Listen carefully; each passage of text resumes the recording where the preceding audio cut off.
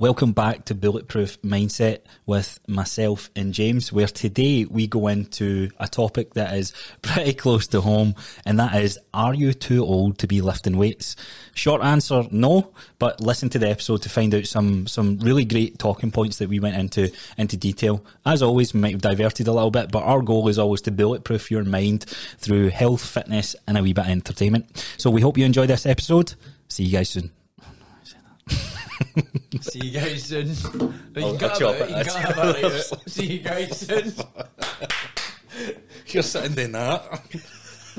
So I was with my client the other day and I sent you a text, and it's kind of why we're here recording the episode that we are today, because we were having a good conversation how that when you get to a certain age, there's almost like a write-off of what happens to you, to your body, to lifestyle factors and all that sort of stuff. So what she was saying is, I think she was saying, I'll be butchering this because my memory is terrible, but I think when she was in her 40s and getting to her late 40s, things were happening to her body as we age. Things just naturally do happen, and people around her in her circle was like, you're not as young as you were once, so you can't do that anymore, you can't do this.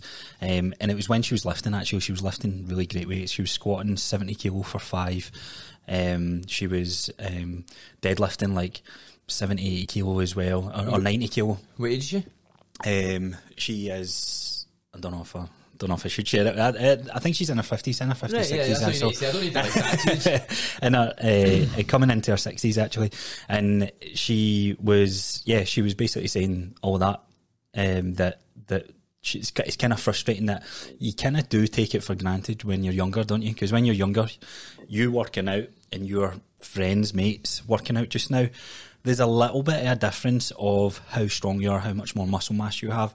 As you start to approach your 30s, the scale starts, there's a wider gap between that. Mm-hmm. The same as you go into your 30s, through your 30s towards your 40s. But as you get to your 40s, 50s, 60s and 70s and then into advanced age, there is a massive difference for those who are keeping active and working out and those who aren't. Mm-hmm. Mm-hmm. And I know you've experienced this with some of the clients you've got. Mm-hmm. They are some of the best clients to train, simply because it's other than aesthetic goals. Mm-hmm. Even though there's an aesthetic goal there, 100%. It's about changing their lifestyle, being able to get on the ground and play with their grandkids, being able to be an active parent, grandparent, whatever that may be.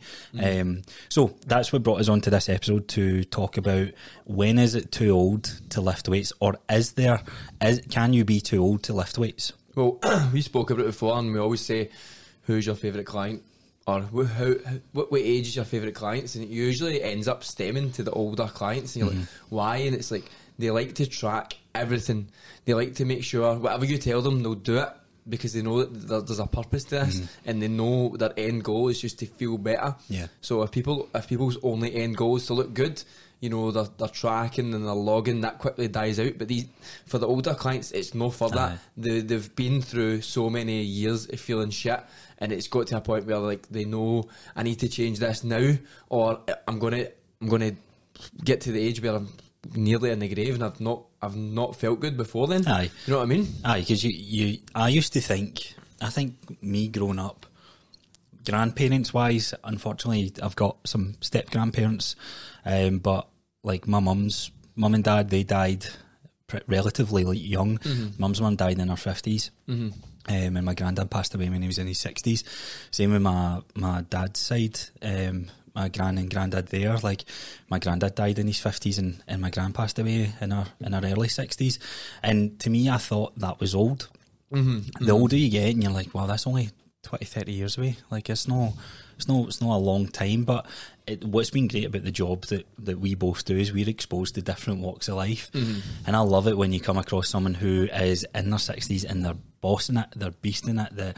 Like you said, back to, and we mentioned this in a previous episode, like the purpose of working out because a holiday's coming up, a wedding's coming up, or whatever's happening, there's an aesthetic goal because there's a photo shoot or whatever it may be.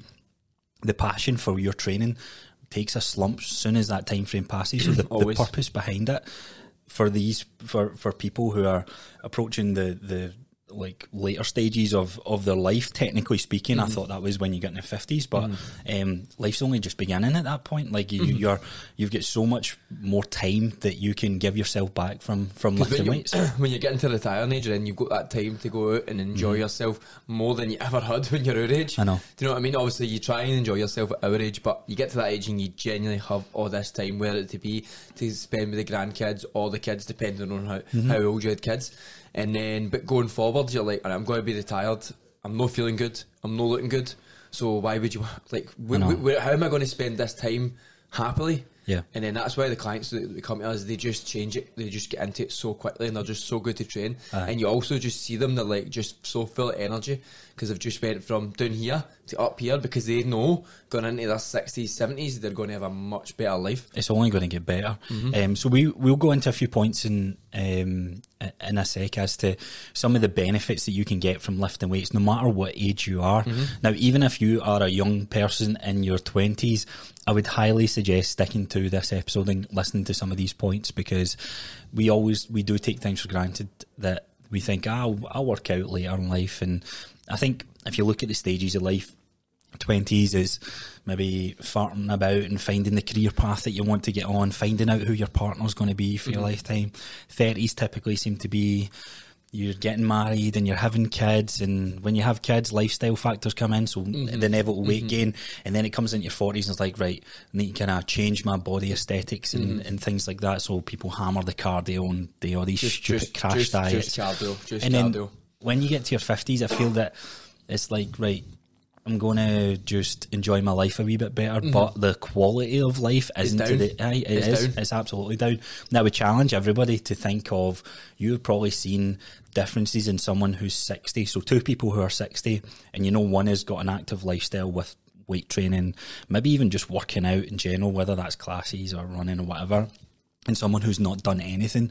The two, in terms of the spectrum of where they sit in terms of how the quality of both lifestyles are, one is relatively low, and that's a person who's not done anything in the lead up to that point, and one is relatively high. Now, what I will say is, I've had someone who's came to me, or a handful of people actually, who's came to me in their 60s and not touched a single bit of weight, and over the course of 20, 30 years, their quality of life has just got worse and worse and worse because they became less active and health problems have arisen and all this malarkey. And we started working out with weights, doing the compound lifts, and their quality of life has shifted very dramatically in a short space of time. And that's why I love that type of client. Well, you think about it, right? How shit, I'll go back. I know how shit I felt during COVID when I didn't train for so fucking long. These people who are coming haven't trained in 20 years. They didn't really go walks, they didn't really go cycles, they didn't do fuck all. And I'm like, you must have felt so fucking empty. But some people never even had the taste of what that can feel. No, I know. And lifting weights is to them, like, that's where all the big scary people go, and the bodybuilders. Their baseline for happiness is so fucking low. I know. So let's get into some of the points then. So what we want to cover today is our favourite points that we've came up with as to why you should lift weights, no matter what age that you are. So before we get to this, my dad is 60 and I'm telling him to go to the fucking gym ASAP because he's not right. So we'll talk about quality of life. My dad has always cycled and he's been big for the cycling, and big endurance guy then. Everybody always says to my dad, look, you look young for your age, and that is the reason.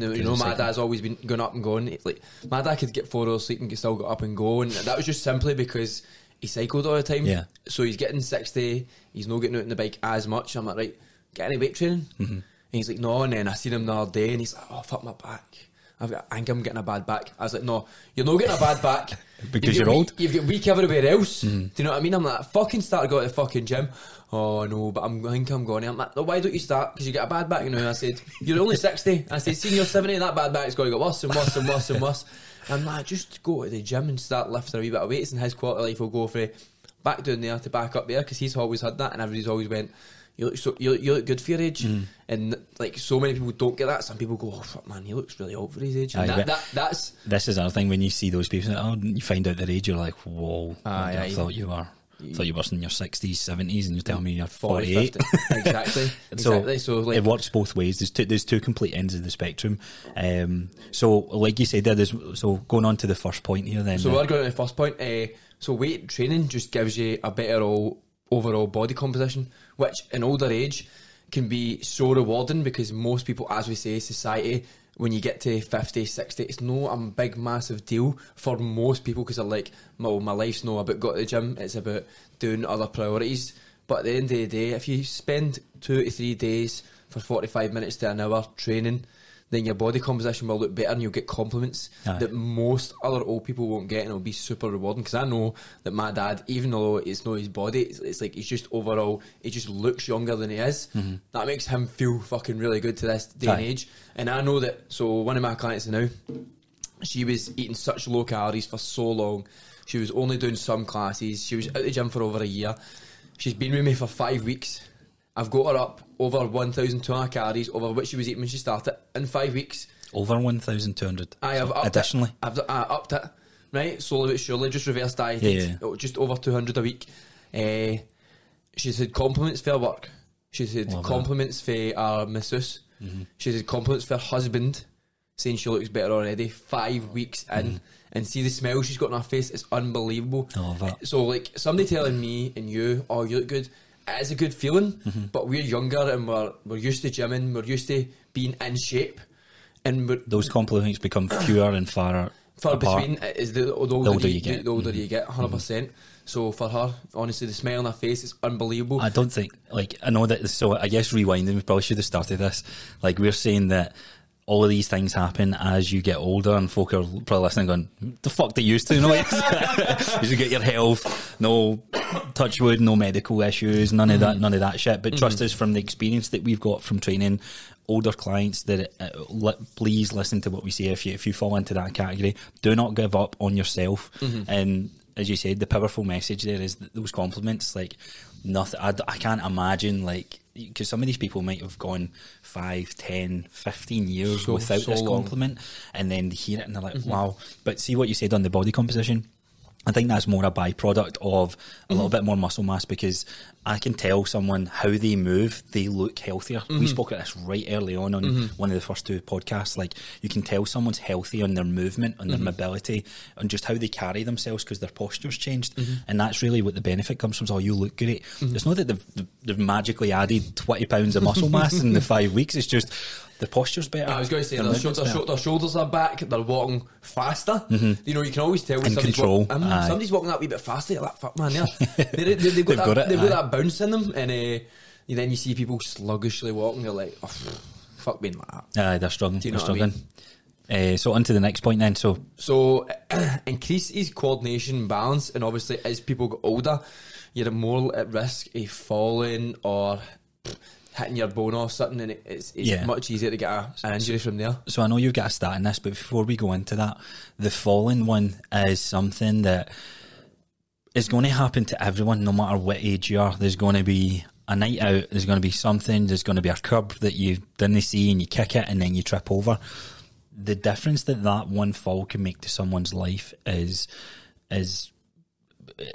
incomprehensible to even explain to you. But I know personally, unfortunately, we went through something close in our family where Gillian's gran was living on her own to the age of 90. She was going her own shopping, and the only thing that she experienced through her life was our eyesight starting to go a wee bit, and just the general osteoporosis of like bone degeneration. So that was the only kind of downside of her health issues. And she had one fall, and tragically that one fall had put her in hospital because she was so weak, and that one fall led to her sadly passing away. Right. And it's heartbreaking to see someone go through that. Now, the beauty of this story was that she had a fantastic life. She lived to the age of 92, I think it was. I might have that off, but she lived well into her 90s with no home care, no medical person coming out to check on her, just her family, our son, Gillian's dad, and our granddaughters checking in on her, everyone. What an amazing life to have that. So, but I would say she was more an anomaly of those who, because there's many other people that I've heard stories through clients or through friends where their gran or granddad in their 50s and 60s have had this fall, and it's been the demise of their health and sadly leading to their death. So falling, you will not be surprised of lifting weights in terms of compound lifts, of the carryover of what that does to someone's lifestyle. And that's why I'm so passionate about deadlifting, squatting, bench pressing, overhead pressing. It's not really because they build the most amount of muscle mass or it's the best isolation exercise to grow your shoulders. It's simply because the carryover of protection to your lifestyle that gives, especially in older clients. We could use science and all this, but I personally have not had an injury in over a year. I just don't get injured.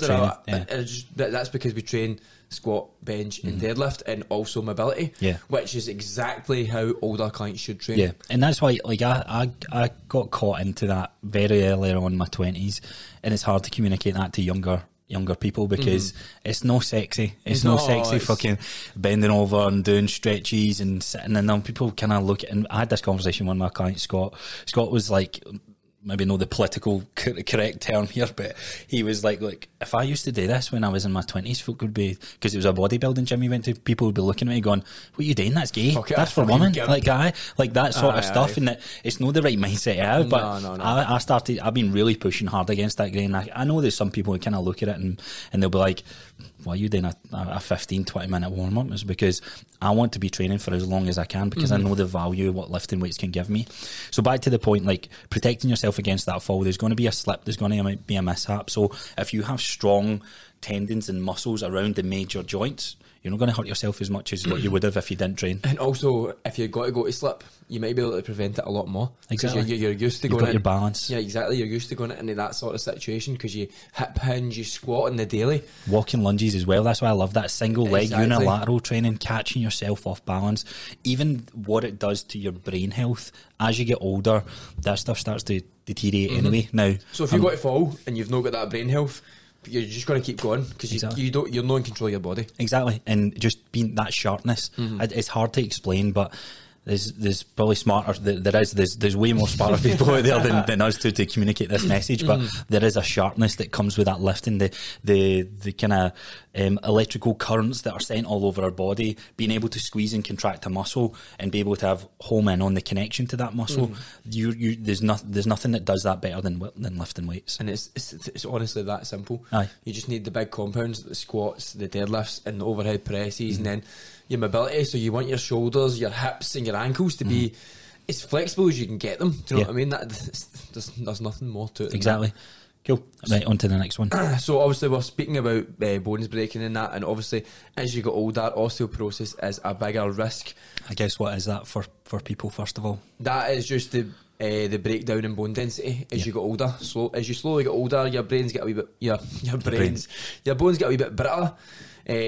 But obviously that leads to more fragile and more breaks. So 4 in 10 women over 50, so nearly half of all women over 50 will either fracture their hip, their spine or their forearm. Like, so that's 1 in 2 people basically. And obviously lifting weights with proper nutrition as well will obviously increase bone density, especially at that age. So increase bone density at our age, but will increase bone density at people over 50. So there used to be a myth that as you get older you are not able to strengthen or build your bones, which is a total lie. You can do it till you die. Yeah, exactly. And so my experience with this is I've had clients who've had arthritis who suffer from osteoporosis, and I'm not saying it's reversed or eliminated that feeling or that condition, but it certainly has helped. It's helped them because they went, I couldn't hold my handbag, and then it's went to, I feel really strong, and they're holding on to a 40 kilo deadlift at the top of it. So being able to build up on that forearm strength, that grip strength, that carry over to the overall strength of the body is great. Well, it's phenomenal. So fucking stupid, right? But what is the fucking one thing you do maybe once or twice a week? You take a fucking shot, man. Aye. Right? And it's no fucking light. You used to see your mom, she'd be like, oh, fucking hell. I was like, oh, fucking hell, 12 bags. Right, I'll take one. I'll take one each on. Are you the guy that done 2 trips, or did you go on 1? I probably do 2 trips, mate. Did you? Aye, I like to be relaxed. So I used to go, I can't be arsed coming back out to this car. It's like 12 steps to my kitchen, so I'm rolling them up to my swing. But we were talking about this, like how I can't remember which client. I was talking about this with one of my clients, and she's saying that she used to remember her mum, obviously back in the day, and her mum would have like 10 shopping bags aside, and it was the old shitty plastic bags as well. And she didn't even have a car. She'd be walking home from the supermarket with this, and I think that's mad. I always see someone walking with like, how far? I can't remember. I didn't ask, but what a machine. No, I know, but do you ever see somebody with like a Tesco bag or a Asda bag, and they're walking home with their shopping? I always think to myself, man, fuck that. I look at my house and go, that distance to... Fuck that! So my brother, I think from his house to Asda, he doesn't drive. It's probably about half a mile. No. Aye, it's probably close, like half a mile, maybe just over a quarter, somewhere in that range. And he walks and does his shopping. Now, the unfortunate thing is he can't do a big weekly shop, so he needs to go every single day or multiple times a day. And I think, like... his deadlift has got incredibly strong in terms of the grip strength he's built up. I wonder why. And I think it's probably down to the continuous repetitive stress on his forearms going back and forth. It's like farmer walks. No, it is a farmer walk. Pretty much running there. So I think that take from that is that there isn't simple things in life it will cross over to. The things you don't even think about, like lifting weights, like taking in the shot. I wasn't even going to say that. I was just going to say that the point that you made that people think, oh, you're pushing resistance or you're pushing weight, so your bones is then going to snap even more. It's not the case. That it's going to send a response. Now there's different weights. There's different. There's a range, obviously, in how intense that you work out, and that intensity is probably going to be lower to start with, but building up over time is going to get your bone density that little bit stronger, especially or at least slow that down. Especially as you're older, you can't take your central nervous system to its absolute peak, so you will need to train with lesser intensity. If you take your central nervous system, then your immune system will just be destroyed. So as you get older, you do need to train with a little bit less intensity, but you can still train. Do you know what I mean? So increased muscle mass equal. So you were talking about this earlier. Less risk of injury when you're recovering from operations, because as you get older, obviously you're going into hospital a lot more. Things are happening. Some are out with your control. So you're going to be going in for big operations that obviously are at risk of mortality. So the biggest thing that baffles me that we done over the last 3 years was go into a lockdown and try and find a drug to combat the... No, I want to get in this because this carries... No. I can't understand it either. So it carries into any operation, anything that's done. Now, we lock down gyms, we stop people from being able to get exercise in.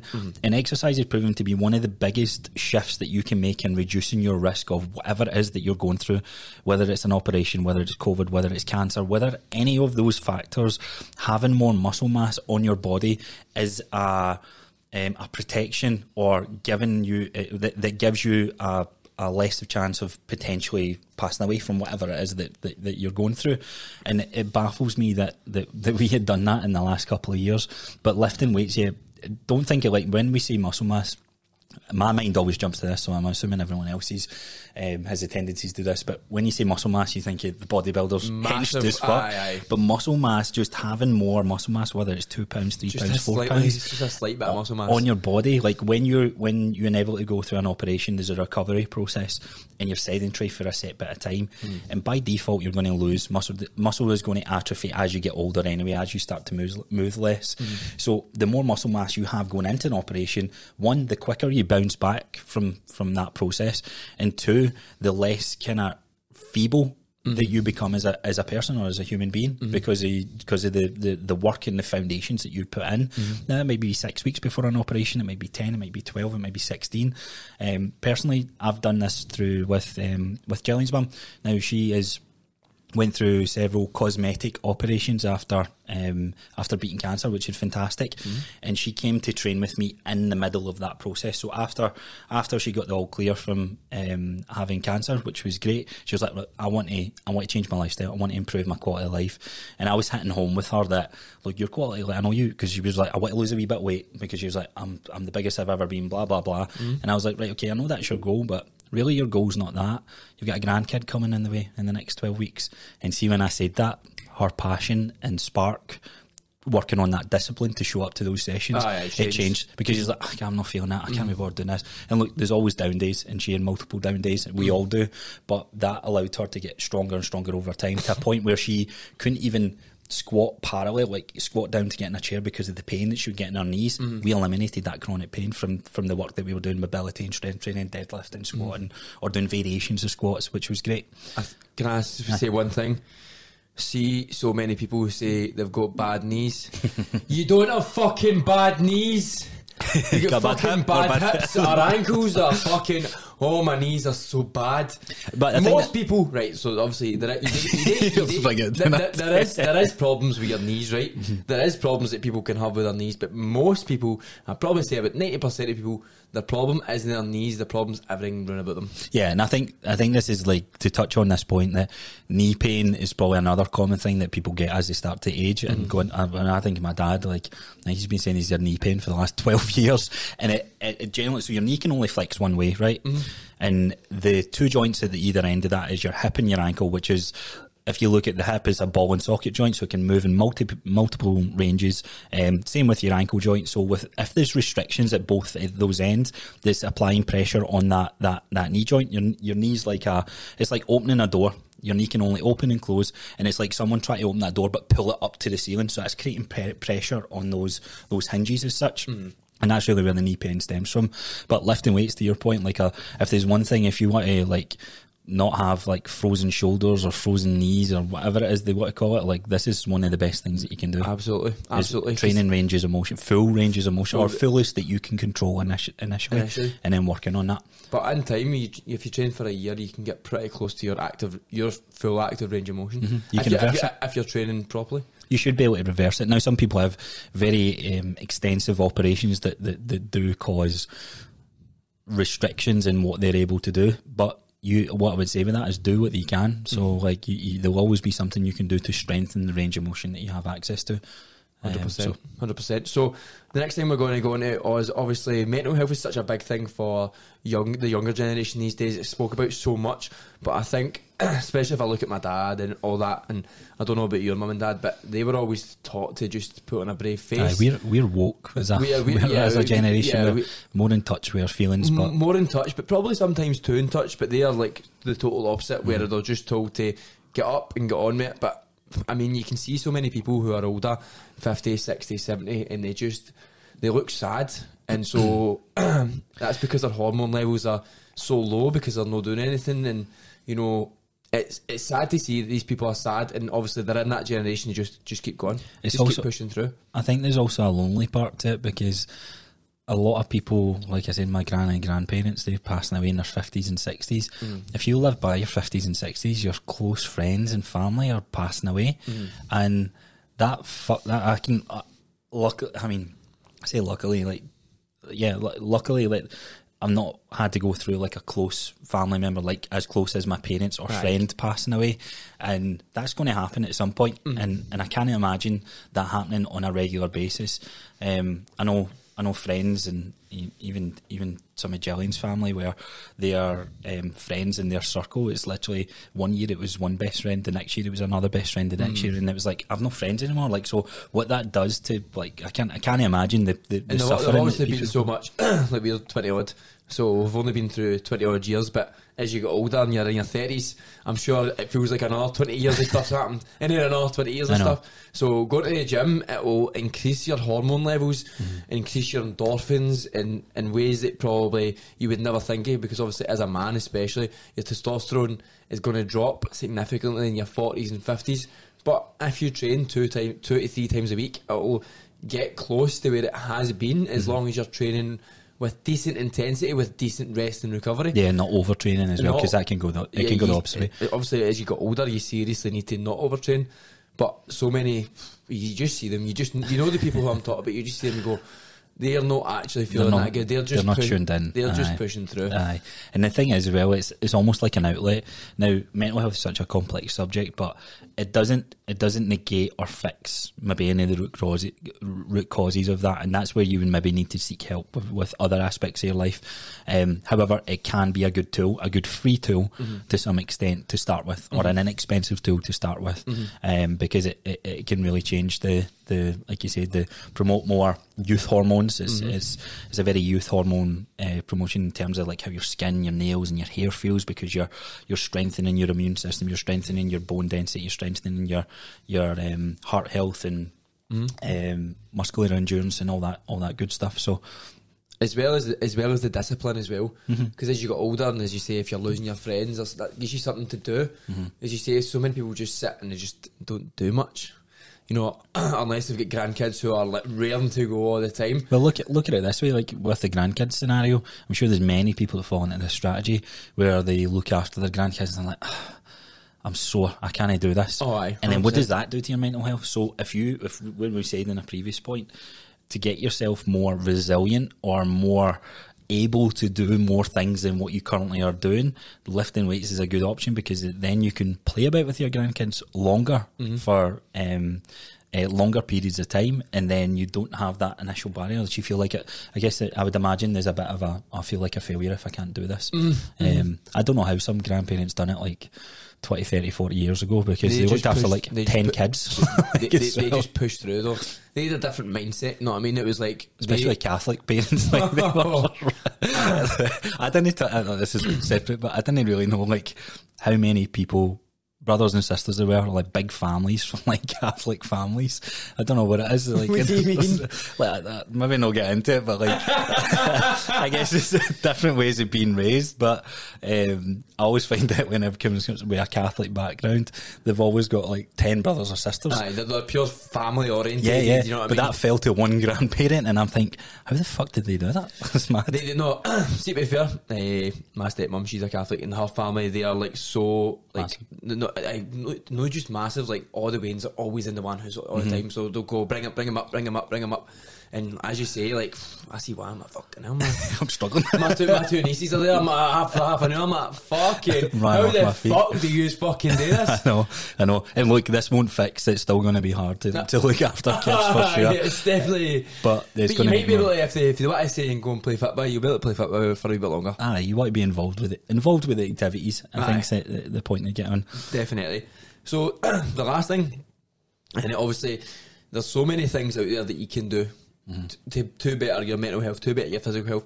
But with lifting weights in a gym, it's actually super safe for older people to do. Yeah, I think there's a misconception there. Same with kids as well. That I know, like, two ends of the spectrum here, but they seem to say like lifting weights will stunt your growth because it damages the growth plates, which is a massive. I don't know where the communication came for that, but it's a massive misunderstanding of the information that's out there.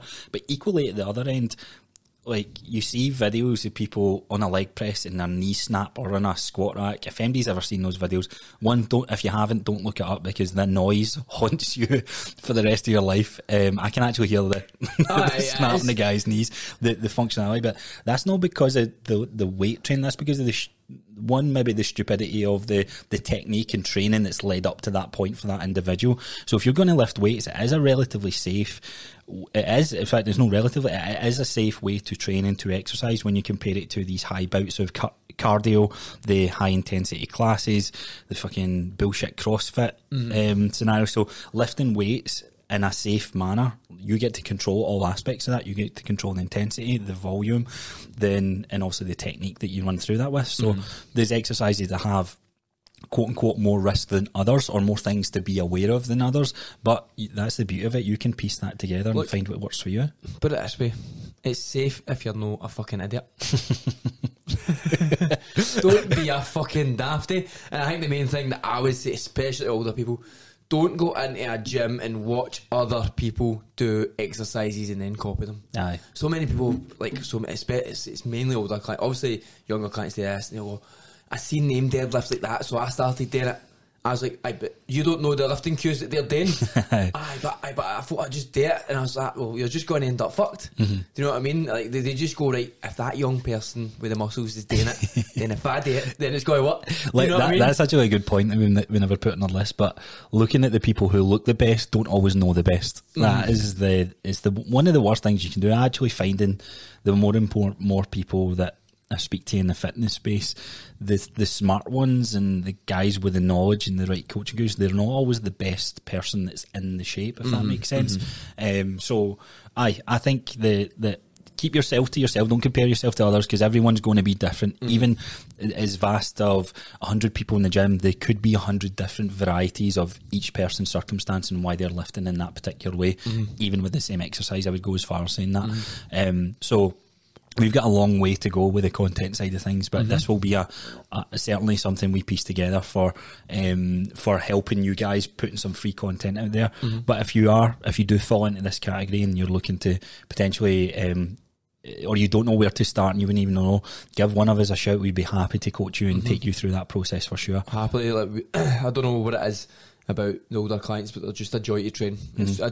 I can't even understand it, and it's a joy to see them progress. It's like, I don't know, it's a different kind of joy. It's strange. It's like, weird, isn't it? What I would love to do is take my dad into the gym and teach him, and that's my biggest goal. To try to get him in is harder than it seems. See, I find this with just been working out for as long as I have, is so I don't think you'll ever be able to convince him.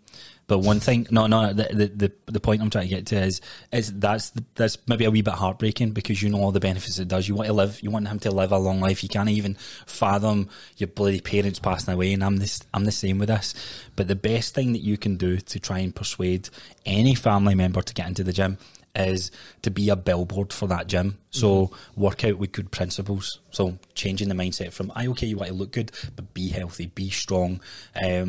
By being a healthier version of yourself, that should bleed over into relationships and into the relationships with your parents on what they see and stuff like that. So they'll go, and you like just relate. Like, I'll sway it sometimes. I'll be like, oh yeah, like somebody will be like, oh, I've got this bad back pain there. It's like, I had that too. I've done this, and this, and it helped. No, oh really? No, trust me, you can reverse that. Nah, no way. So try it. And then it's like that's the thing with older people that like, no chance. Everything's like, I've lived with this for so long. But have you done any of that? No.